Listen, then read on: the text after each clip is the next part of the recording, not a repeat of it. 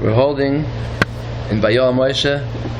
We're starting Be'ez Hashem Siman Lam Vav, and the subject is that the Shevuos that was made on the Umos Ha'olam is hard to understand how they could have a Shevuos that was because when were they ever present in one place? Who made them take this oath?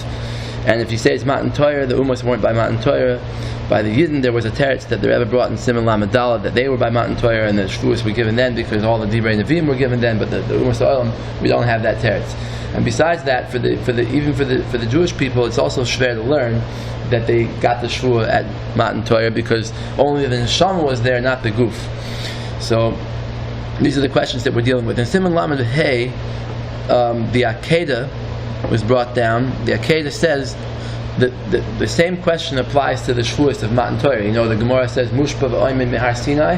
When a person swears to do something that the Torah already says to do, it's not chal because he's just swearing on something that's already sworn at Har Sinai. So the question is, how does this oath, the Har Sinai, take effect? When we're all Yidden in the Har Sinai? So and even though the neshamas were there, that doesn't help because the guf wasn't there. So the Akedah says that the Shevuos there is not really a Shevuos. It's more like Hashem promised to protect us, but only with a T'nai. And if we don't keep the T'nai, we don't keep the conditions, then Hashem won't protect us. So that's the idea of the Shevuos from Har Sinai. It's not really a Shevuos, but it's worse than a Shevuos. A Shevuos is a lav in the Torah. It's one of the negative commandments. That's it. But this is much worse. It's like this is the whole conditions on which Hashem promised to protect the Jewish people. So if we don't keep the conditions, then He won't protect. Anyway, but what the Rebbe takes out from this Akedah is one thing: that a Shevuos doesn't have to mean a Shevuos. Sometimes the word Shevuos is used, like Mushpa ve'oimen mehar Sinai, and really it's not a Shevuos. Really, it's just a figure of speech. It really means that you have to do it. It's very strong obligation. Okay, so let's see inside. According to this Akedah, it's not difficult.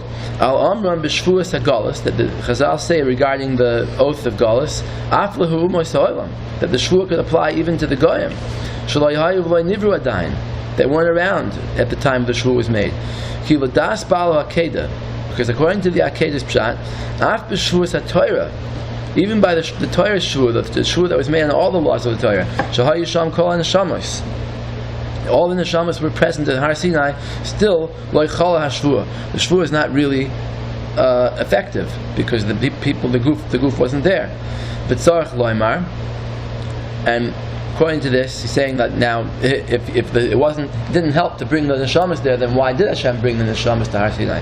He says, so you have to say, the Mashahevi HaKadosh Baruch Hu l'sham kol neshamas, that Hashem did bring the neshamas by Har Sinai, lo yahaya b'shvil kiyum ha-Shevuos. It wasn't in order to make the Shevuos take effect. Shein moil, that wouldn't help. It had some effect on them that they were at Har Sinai. At this amazing event, this awesome event in Jewish history. Or maybe there are other reasons why Hashem did it that we don't know, but it's not for the oath. That's what he's coming out. The Lashon HaShevuos, and the fact that Chazal used the word oath to describe the Torah, Mushpa v'oimen mehar Sinai, hu rak derech mashal. It's only a figure of speech, to show how strong it is, because really it has a bigger obligation, a bigger stringency that's more than just an oath. Even the Shlah who argues on the Akedah still agrees that you could say such a thing, that a Shevuos doesn't really mean a Shevuos. He agrees to that idea. Just he has a problem with it when it comes to the Torah Shevuos. He doesn't like it there because he says shekasav al zeh shebe'emes dvarav mistukim. He says be'emes, the words of the Akedah are very sweet. Ela shebishvil sheyesh lezeh stira me'ashas, because there's a problem with it. There's a contradiction. There's a kasha on it from a certain Gemara that he brought that says that Moshe said to the Yidden, "I'm not being mashpia you on your das, but on my das." So it sounds like it's going with all the halachas of Shevuos. It's not just going with a figure of speech. So that was his problem with the Akedah. V'gam kasha mechaluke oinshim. Also, he had a kasha from the fact that there are different oinshim. He said, if the whole inyan of keeping the Torah is only because Hashem promised on condition to protect the Yidden, and if we don't keep the condition, then He's not going to protect us. Then why is there an oynish for this and an oynish for that? Why are the oynishim different? It should all be one thing. That was his problem. Not the midvar. That's why the Shloh argued on the Akedah. But be'etzem, he's willing to accept this idea that there could be an oath that it's not really an oath. V'imkein b'shvuas hagolus. So we could take the Akedah's words and apply it to the shvua of Golus, because he says b'shvuas hagolus she'ein sham kushas elu. We don't have those kashas there. Shapir efshel afarish kisvaras bala Akedah. There we could learn like the Akedah. V'loy kasha midi. So we could learn basically saying that the shvua of the Umas Ha'olam, for example, that they weren't present by the shvua, so when did they take any oath? So the answer is in the Chanami, it's not an oath, it's something worse than an oath. It's something that let's say the Goyim, to go and persecute the Yidden too much, that's an Aveira by itself. You don't need to have a shvua for that. Even if you're going to say that somehow the Goyim took an oath at Har Sinai, but Mitzrayim was one of the cases when the Goyim transgressed their oath, right? Yeah. And that happened before Matan Torah. The Mitzrayim got punished with very severe punishments. Because they put the Jewish babies in the Taich, so in the Nile River, so they got drowned in the Yam Suf. Ukvar Kosvu Bazeh Harambam Ve'Raivad Zal Shakol Haya B'Din Mishpat. The Rambam and the Rabbi is in Perek Hivav the Hilchos Tshuva, where the Rambam talks about Bechira, and he says that it's mashma that the Mitzrayim didn't have Bechira because Paro was forced. But besides that, the Rambam says that it was predicted. The whole Mitzrayim, the whole Galus Mitzrayim was predicted to Avraham Avinu. So even beyond the fact that Hashem hardened Paro, but they had to do it because Hashem already predicted it. That's the Rambam's kasha over there. So the Rambam says, but they didn't have to do it. Someone else could have done it. Hashem didn't say Mitzrayim. He said the Eretz Lo Elohem. And the Ravid argues on that. The Ravid says a different shot, that they went overboard. Hashem said do a little bit of slavery, and they went overboard, and they killed them. And but the Ravid was strongly criticized on what he said. The Rabbi was very much not accepted in this case by many Rishonim Achronim. Anyway, so he says the Rambam and the Rabbi say they both agree that the Mitzrayim were punished for what they did. So the question is, why were they punished? They didn't get a shvua yet. Obviously, it has nothing to do with a shvua. He says, there's going to be, when Mashiach comes, Hashem's going to punish all the Goyim for what they did to the Yidden over the years.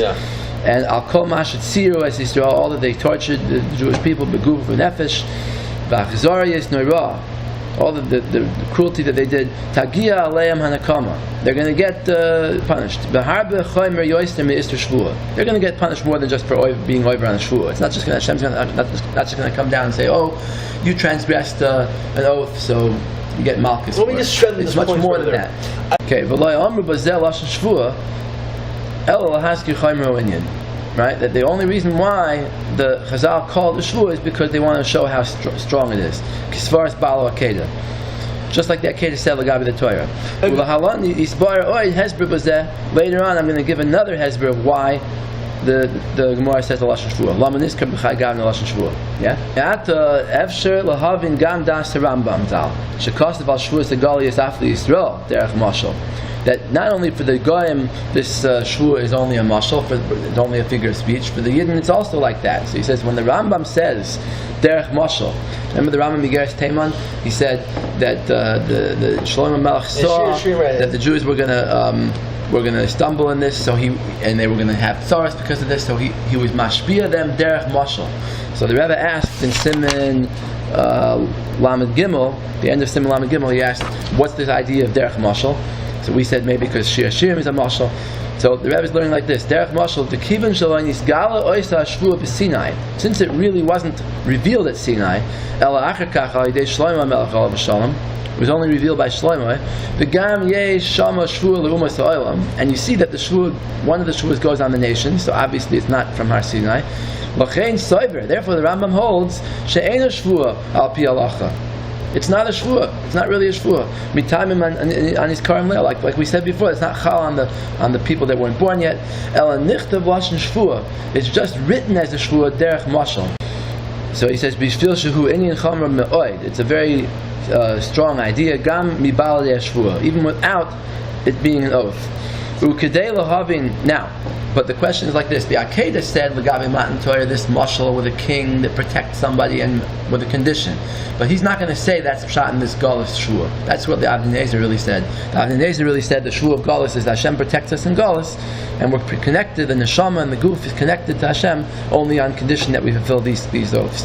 But he's not saying that now. He's saying that we're going to take the idea from the Akedah that the shvua is not literal, but we're not going to say the same pshat that he says by the Shevuos Torah. So what is? Right? It's going to be different. It's going to be we have to explain what's wrong with the oath. By the Goyim we explained it that in the Sheva Mitzvah Noach, killing, hitting, all the tortures they did, murder, all those things that they did are usher anyway. So that you don't know. But by the Yidden, what do the Yidden have to do? Right, because they're not allowed. When you just finish, the Yidden are not allowed to go up there to Israel, even if they're not going to hit anybody, kill anybody. They're still not allowed to. So where is that usher besides with an oath? And if we say the oath's not literal, what's usher about it? That's what he's asking. He says, what exactly is this terrible avera of going up there to Israel and forcing the end?